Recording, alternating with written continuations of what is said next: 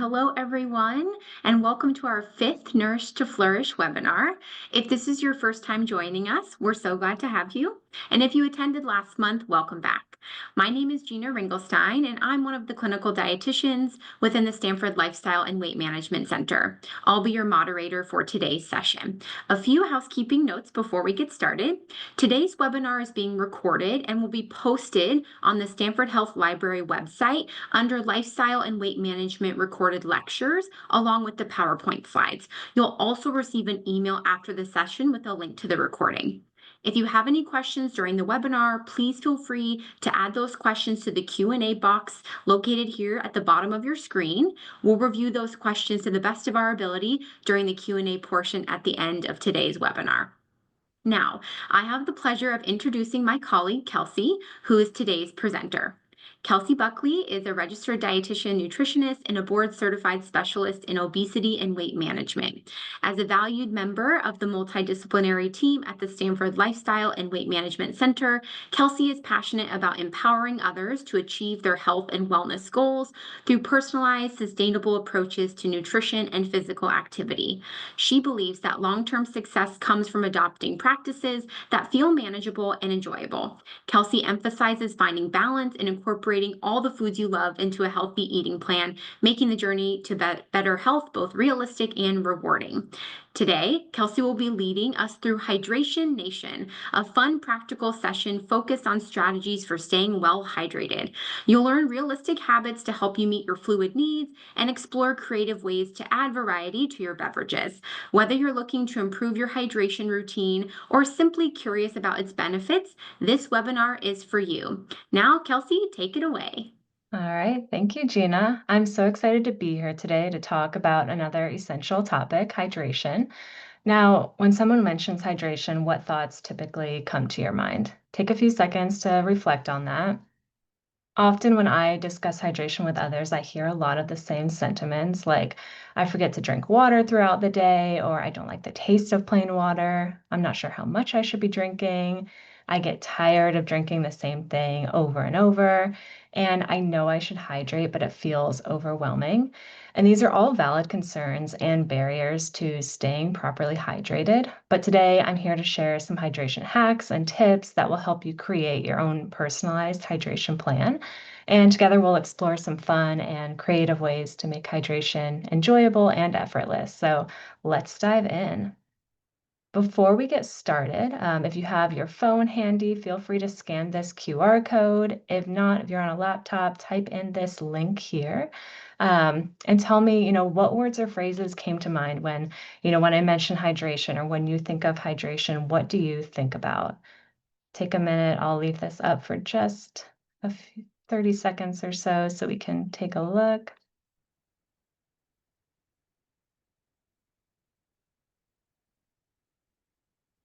All right, did everybody get their phone out? Scan that QR code.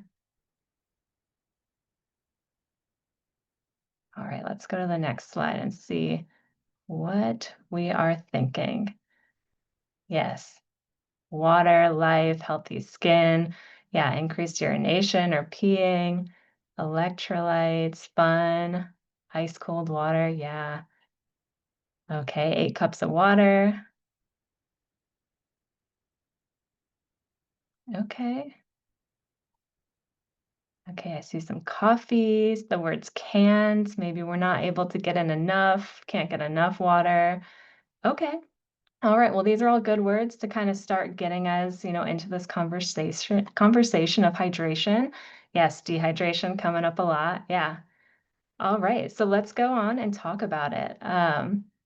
So first off, why does hydration matter? This is a big question. Why are we talking about this? What does it have to do with nutrition? Well, first and foremost, hydration is essential for bodily functions.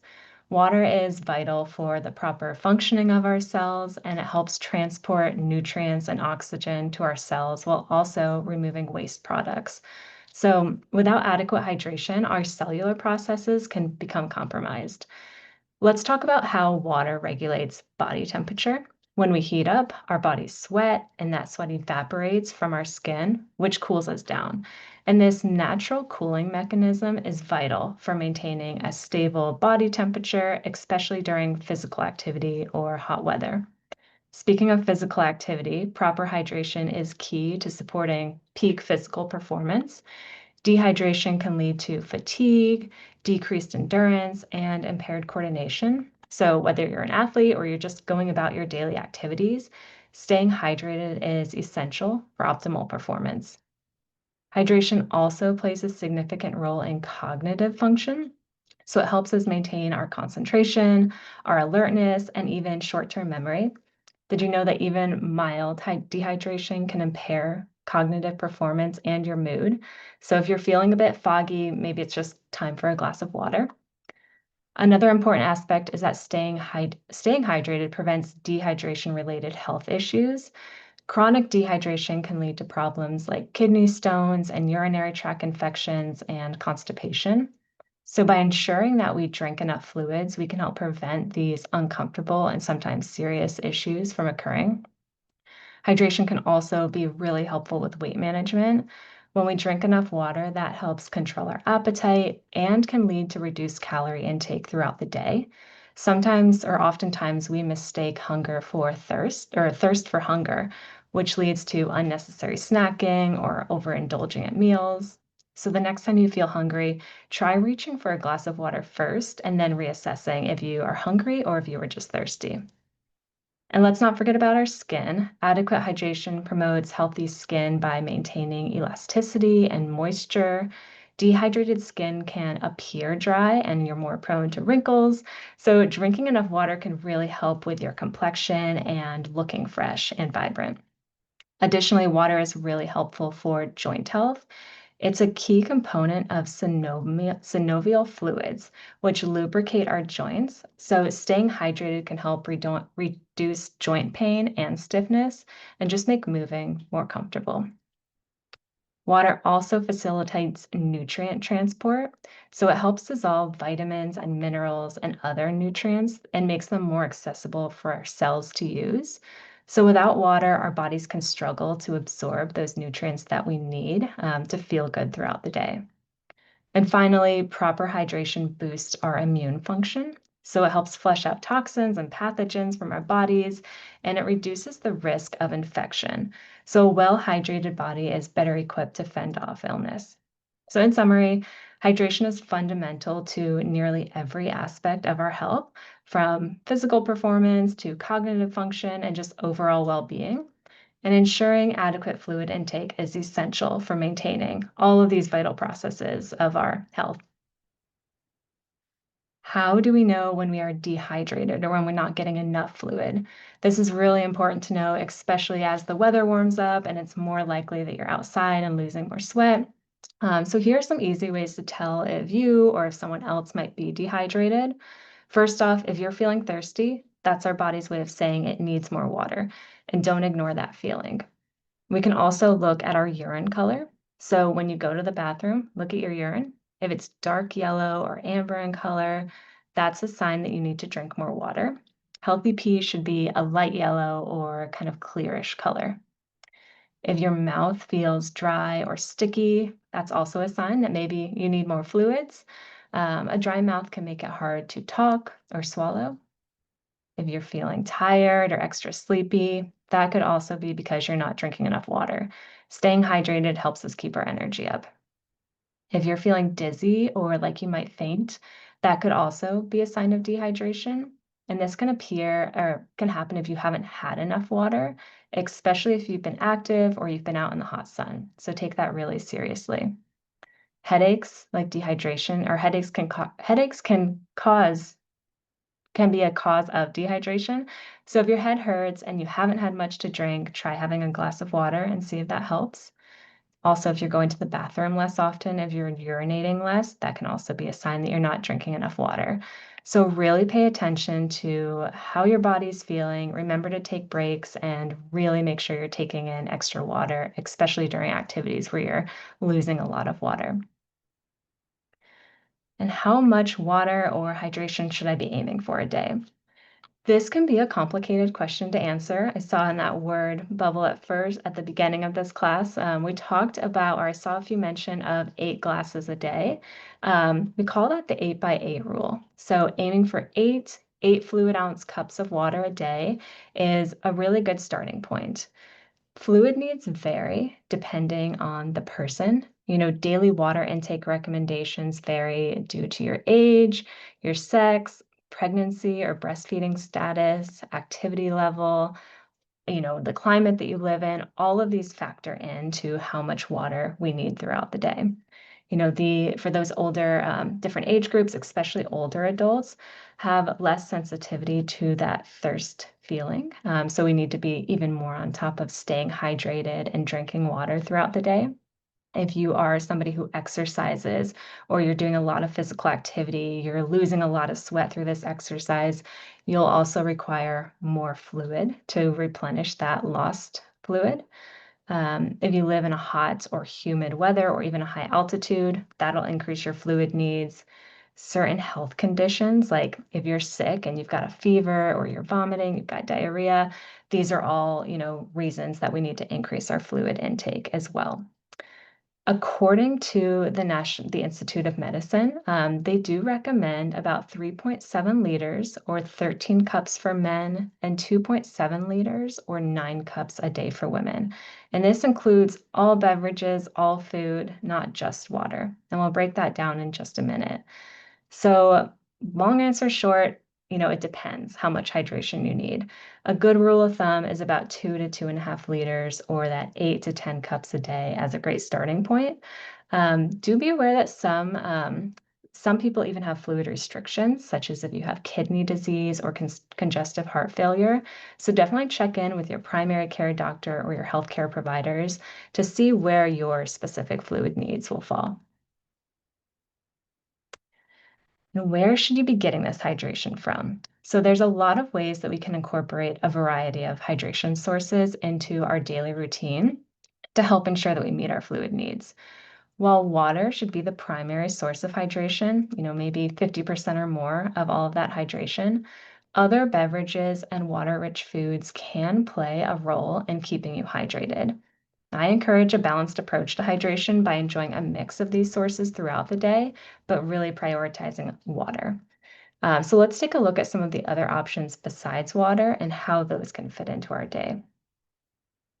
First off is sparkling water. So sparkling water is primarily composed of water, just like still or tap water. The carbonation, or that carbon dioxide gas, does not significantly alter its hydrating properties. Since sparkling water is mostly water, it contributes to your overall fluid intake and helps keep you hydrated. And there's a few different types of sparkling waters like you see here. We've got the plain sparkling water, which is just unflavored, simply carbonated water without any sugar, flavor, calories. It provides similar hydration to still water. We've also got our flavored sparkling waters like this Spindrift, the Bubbly, the Kirkland brand. Many brands offered flavor sparkling water that may contain natural or artificial flavors. And as long as they don't contain added sugar or high sodium levels, they can also be a great hydrating option. There is also sparkling mineral water like this Topo Chico off to the left. Seltzer water or these, all the traditional sparkling waters are just carbonated water without any minerals, while sparkling mineral water contains naturally occurring minerals. Both types are hydrating. Some people may find that carbonated beverages can cause bloating or gas. And if this is the case for you, it might be best to consume sparkling water more in moderation or opt for still water. There also is a concern with the acidity of carbonated beverages.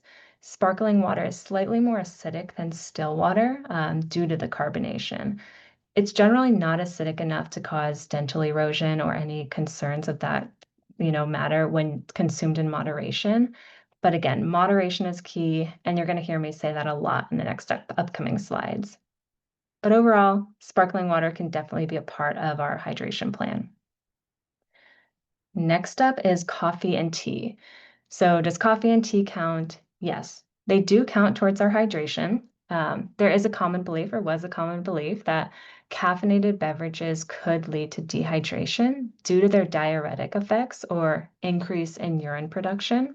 But recent research has shown that moderate consumption of coffee and tea can contribute to overall fluid intake without causing significant dehydration. So, caffeine itself can have a mild diuretic effect, but the effect is generally not strong enough to counteract the hydration provided by the beverage itself, especially if you're a regular consumer of caffeine. But maybe opt for decaffeinated or caffeine-free options. Herbal tea is typically caffeine-free and can be a really hydrating option. It can be enjoyed hot or cold and come in a variety of flavors. Decaf coffee, tea is also a great option, providing hydration without the caffeine. And it makes it a good choice for those who are sensitive to caffeine or if you're looking to reduce your caffeine intake. Remember, balance it with water. Coffee and tea can contribute to our hydration, but it's still important to drink water throughout the day and aim for a balance between caffeinated beverages and plain water. Listen to your body, see how you react to caffeine. If you notice an increase in urination or other signs of dehydration, consider, maybe adjusting your intake a bit. Also be really mindful about what you're putting in your cup. Avoid high sugar, high fat additives such as creamer, half and half, adding tons of high sugar syrups, that sort of thing. If you really want something to kind of cut the bitterness of your coffee, maybe consider adding in like a protein shake. You can go back to our week 2 webinar that Shirley presented on protein, and you can get some great options there as well. That's available on the Stanford Healthcare Library. But take a look at that. In general, we want to make sure that we're consuming caffeine in moderation since it can lead to increased heart rate, anxiety, sleep disturbances. We want to balance this with our water throughout the day. Next up, diet soda. So like sparkling water, diet soda is composed of water, so it does contribute to our total fluid intake. And drinking diet soda can help you stay hydrated to some extent, but there's some caveats too. Many diet sodas contain caffeine, which, as we talked about, has a mild diuretic effect.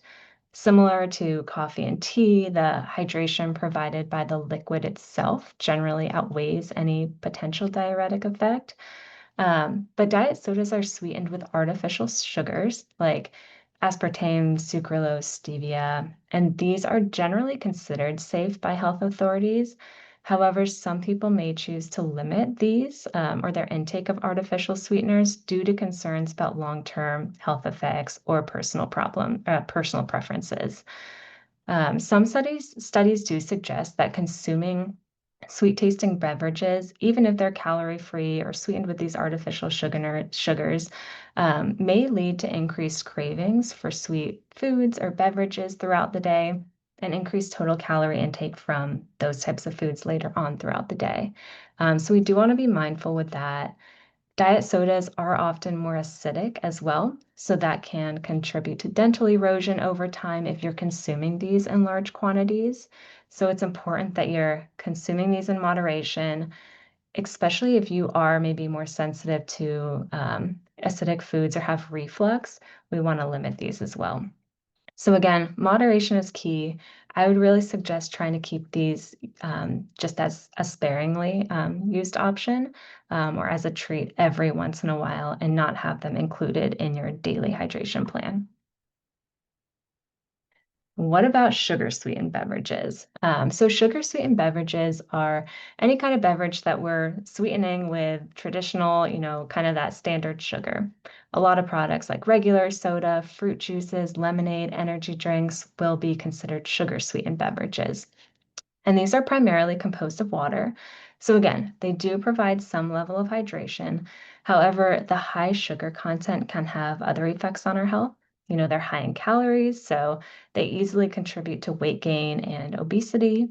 They are high in sugar, so they'll cause rapid spikes in our blood sugar, followed by crashes. So you'll feel fatigued, and this blood sugar crash can lead to increased hunger and cravings for more sugary foods, increase in calorie intake and sugar intake throughout the day. They also have limited nutritional value. So really, it may be a better use of, the calories that we're drinking to be eating, kind of more filling whole foods that are going to provide us with more nutritional value. I often get asked about fruit juices. And while 100% fruit juice can provide some vitamins like vitamin C and antioxidants, it's still high in sugar and it lacks the fiber that's found in whole fruits. So, whole fruits are generally always going to be the healthier option compared to these juice options. Again, both soda and fruit juices are more acidic and higher in sugar, so they can contribute more to that dental erosion and acid reflux as well. So, like I keep saying, moderation is key. There's room for these to be used very sparingly or as like a treat every once in a while, but really focus more on those healthier alternatives or water. All right, another common question I get is electrolyte beverages. So you see these all over, and not always sure what to do or what to use them for. So electrolyte beverages are essentially a beverage that contains essential minerals such as sodium, potassium, and magnesium. And these help maintain fluid balance, nerve function, and muscle contractions. And the presence of electrolytes in a beverage can enhance the absorption of fluid in our bodies and make these beverages really helpful for rehydrating. They can be really helpful in certain cases. One being intense exercise. If you're doing any kind of physical activity that is lasting more than an hour, you're sweating or you're outside during it, let's say running, cycling, swimming, high intensity interval training, these can be really useful for staying hydrated throughout that activity and rehydrating afterwards. Also, hot weather, when you're sweating more, if you're outside gardening or, cutting the lawn, it may be worthwhile to add in an electrolyte beverage if it's a really hot day and you're losing a lot of fluids through sweat. Also, when you're ill, if you are vomiting, you've got diarrhea or any other condition that's leading to significant fluid loss, we may consider adding in an electrolyte beverage to help rehydrate you with minimal volume. Plain water is typically sufficient for day-to-day use, and these do not typically need to be consumed daily unless their use is warranted. Be really mindful of their sugar, salt, and calorie content. Lots of different brands out there. Read the nutrition labels because they vary a lot. There's some sugar-free options and some full sugar options. So depending on your specific goals or hydration plan or needs at that moment, we need to be mindful with what we're choosing. But overall, not a daily thing that we need to add in, and really make sure that you're hydrating with water as well throughout the day. There are a few alternatives to electrolyte beverages like these Gatorades, Liquid IVs, and Nuuns. Foods like bananas, oranges, even like coconut water can really help replenish those electrolytes a little bit more naturally. So keep that in mind too if your, rehydration needs are a little bit lower. Speaking of food, we can get some hydration from our food. Things like fruits, vegetables, popsicles, jellos, can be considered hydrating foods. And they're beneficial. They should complement your fluid intake rather than replace drinking water or other beverages. Water is essential for that immediate hydration, especially during physical activity or when you're in hot weather. But having a balanced approach to hydration includes drinking water and consuming hydrating foods. And this ensures that you meet your hydration needs effectively while enjoying a variety of nutrients from food and beverages.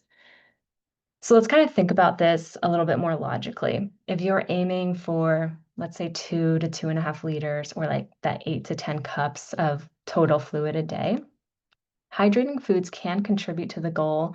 Let's say you eat a cup of watermelon and a cup of cucumber. That's about zero point 0.2 liters or a little more than like 3/4 of a cup of fluid just from those two items. It's going to take a lot more to reach your total fluid intake throughout the day, though. So it can be a great way to enhance our overall hydration. And these can really contribute to, that hydration plan, but overall, they should be a part of your broader hydration strategy. All right, so now we know how much water, why it's important, where we can get hydration from. Let's talk about actually implementing that, which tends to be really difficult, right? It's easier said than done. Some of my favorite tips, or my favorite tip actually, is just to carry a water bottle. I think having a water bottle nearby or around you can be really encouraging to drink water throughout the day or act as a really great reminder, especially if you enjoy your water bottle. Different people are motivated by different things. Some people find that they drink a lot more when they've got a straw cup, like this Stanley Cup example. Other people really like these clear ones that we can like the clear big jugs that we can set on our desk and have kind of a tracker or a reminder throughout the day, staring at you right at your desk all day. That can be really motivating or encouraging for some. I personally like my Awala water bottle. I keep it with me everywhere. I like it because it can fit in, your cup holder in your car. You can carry it around with you. You can throw it in your bag. Think about what you're looking for in a water bottle and how we can kind of help get away from some of those barriers to drinking water on a daily basis now? Is it just that you forget? Maybe we need something that's staring right at you on your desk. Is it that you're on the go? Maybe we need one that you can throw in your bag and close and lock safely so it doesn't spill. Think about those options. There's also on the bottom right, you'll see this Hydrate Spark water bottle. There's a lot of smart water bottles. So if you're into like the new techie kind of gadgety kind of items, this could be something that is really motivating to you. This one in particular is a little pricier, but there are some cheaper options if you look online. This one offers visual reminders, but this little flashing light at the bottom will blink at you when it's time to drink. Also can offer sound reminders if you want a little pinging sound. This one's also super fancy. It offers like a Find My Water Bottle feature, so you can ping it if you lose it. And it tracks every sip that you're taking in a Bluetooth app that's connected to your phone. So not for everybody, but an option if you find that intriguing. For those of us with the standard water bottles, we may still need a bit of a reminder to drink water throughout the day. Add reminders, add alarms on your phone, add calendar reminders, add a, pen and paper note on your desk, something that's going to remind you to take a sip of water throughout the day. Maybe we try to incorporate it into some habits that we've already got going on now. Before you eat breakfast, lunch, or dinner, have a water bottle, have some water. If you're somebody who drinks coffee or tea in the morning, we can do something that's called habit stacking. So you're already in the habit of drinking your coffee in the morning. Maybe while you're waiting for everything to brew, we, fill up that cup of that mug with some water and drink that before we get going on the day and drink our coffee. Think about different ways that we can incorporate that. I have a few colleagues who like to do water walks. They'll go on a walk with their water bottle and they won't come back, or they'll make it a goal to drink the entire water bottle before they're finished with that walk, just to make sure they're getting some midday hydration. So find what works for you and what's going to make you, stay accountable with staying hydrated throughout the day. A few other options are just making water taste a little bit better, right? We can think about infusing water by adding slices of fruit like lemon, lime, cucumber, berries, herbs like mint or basil. We could even use products like True Citrus. They've got like dehydrated fruit that's in a little sugar packet that you can kind of throw into there without any sugar, just to give you that flavor of fruit without adding anything else in there. We can use flavor enhancing products like Crystal Light, Mio, any of those, water enhancer options. We can use herbal iced tea and brew that and chill it, or we could just throw the, tea bag into our water bottle for a nice little infusion throughout the day. Maybe you try infusing your coconut water with some fruit if you need a little extra electrolytes as well. Flavored herbal water, similar to tea, but maybe just with some extra herbs that you have left over, like rosemary or thyme. Add that to hot water and chill it. Can all make drinking water a little bit more fun, especially if you're not a fan of water itself. And I've got a few different recipes here just for some fun hydrating options. This one is a watermelon basil splash. So blend together a cup of watermelon and some basil, combine it or top it off with some sparkling water, maybe like a flavored sparkling water if you want to get crazy. Add a splash of lime juice and some ice, and that can be a great, like by the pool or on the porch with a friend, kind of spritzer option. Another fun option is a very hydrating slushie. So if you've been out running around with your kids or just got back from a hike, maybe you need a little bit more electrolytes, you could use coconut water. I like to freeze mine into some ice cubes so they're just ready to go. And a cup of frozen berries. Take those frozen coconut ice cubes if you've got them, or just the regular coconut water. Add in your frozen berries and blend it together, and you've got a nice little hydrating slushy option. All right. So thank you all for joining me today. To summarize our discussion on hydration, we explored the importance of staying hydrated for our overall health and emphasizing that water is the best source of hydration. We also learned that many fruits and vegetables and beverages like teas and electrolyte drinks can contribute significantly to our daily fluid intake. But remember, the general recommendation is to aim for about 2 to 2.5 liters of water a day, but individual needs vary based on activity level, climate, and your other health conditions.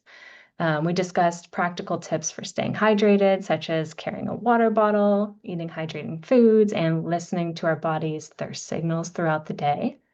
So if you don't mind taking out your phone again or following this link, tell me what the most important takeaway you learned about hydration today was. Give you a little bit of time to click that QR code again.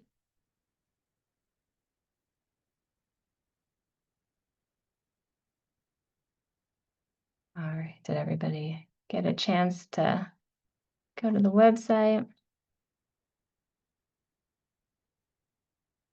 All right, we'll move on to the results. Okay. Whoops, we can't see. Whoops. I don't think we can see all of the results here. See. Oops. Doesn't look like I can scroll all the way down, so we're missing some of this. Um,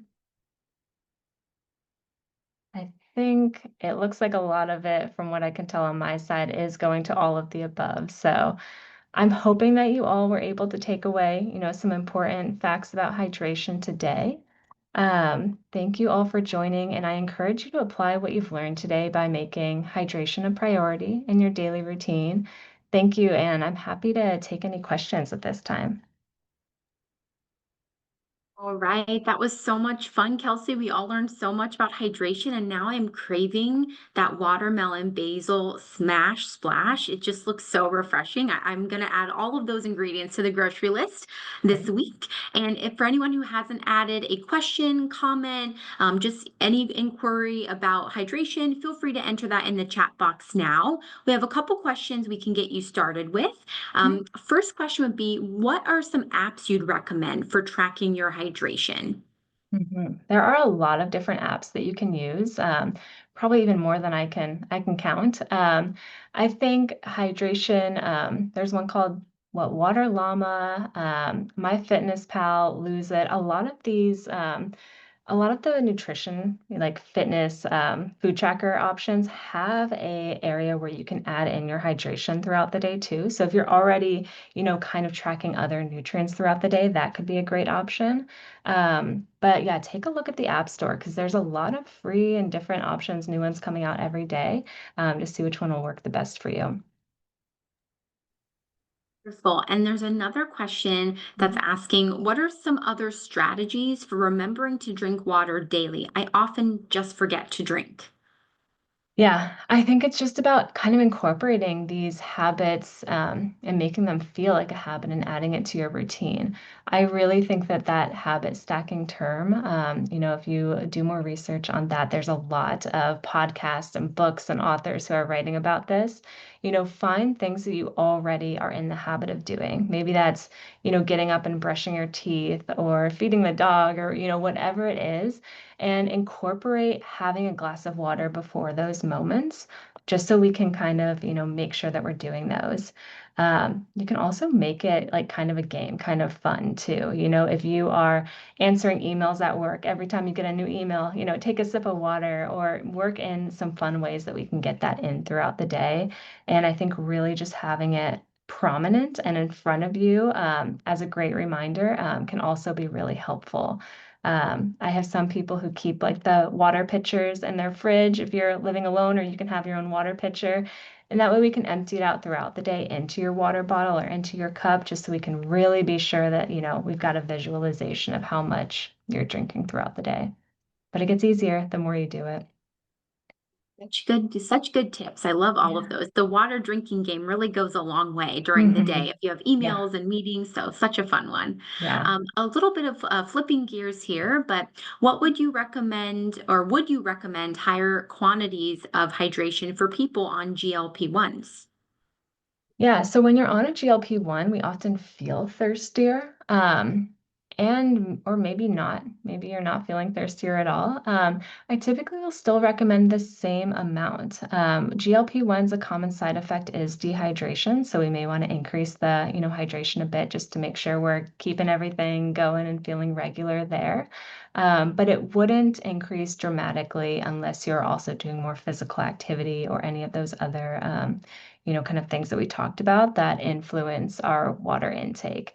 Of course, having, a bit more water is generally going to be okay. It's going to be hard to overdo it on water unless you've got, fluid restrictions set by your primary care doctor. But yes, really focus in on water, especially to prevent dehydration and help you feel more satiated after those meals. Great tips. And an additional question, someone is sharing that it feels like fluids go right through them and peeing interrupts nighttime sleep, which makes it really challenging. So, what might be some strategies to help support that? And might electrolytes help? Yes, yes, good question. I get that a lot too. Being afraid of increasing water or hydration because you're going to be up all night using the bathroom is not fun. So really think about your hydration strategy throughout the day. Maybe we focus more on hydration earlier in the day and kind of cut it off, 2 or 3 hours before you go to bed, and have your hydration needs met by then. I think a lot of times as we are working on increasing our hydration, if we're not drinking much now, we really notice that increase in the need for urination throughout the day. And that will slightly improve as well as you kind of get used to being hydrated. So, yeah, really think about the timing that you are hydrating. As far as electrolytes, they can help if you are, not getting enough fluid throughout the day, but I really wouldn't rely on those as a daily tool unless you're losing a lot of fluid through, sweat, physical activity, being out in that hot climate. It would be better to have water in smaller quantities earlier in the day and kind of spread out rather than having the electrolyte beverages. Um, And I'll wrap up with one last question for today's webinar. But do you recommend not drinking water before or during meals, or is there any impact on digestion when it comes to hydration in meals? Yeah, that's a great question. My recommendations vary. We work in the bariatric clinic, so if you've had a history of, maybe abdominal surgery or bariatric surgery, these suggestions or recommendations are going to be different than what we advise. But for the general population, I do think that drinking liquids with a meal, especially making sure that you're hydrated ahead of time or ahead of that meal, can be really beneficial so that we are, again, not confusing that thirst feeling for hunger. It can help us eat a little bit slower since we're not feeling as hungry. It can help us just kind of slow down and recognize actual hunger versus thirst. So my suggestion would be to drink water ahead of a meal, have water with your meal, slow down. Having water during our meal can also kind of help initiate, putting the fork down and taking a sip of water and just making sure that we're giving ourselves time for our brain to understand when we're full instead, we keep eating until it's too late. So yeah.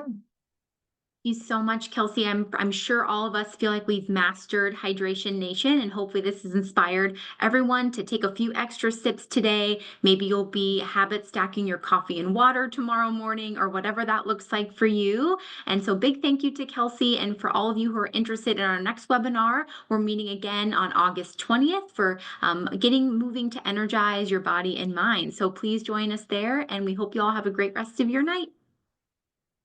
Thank you, everybody. Bye.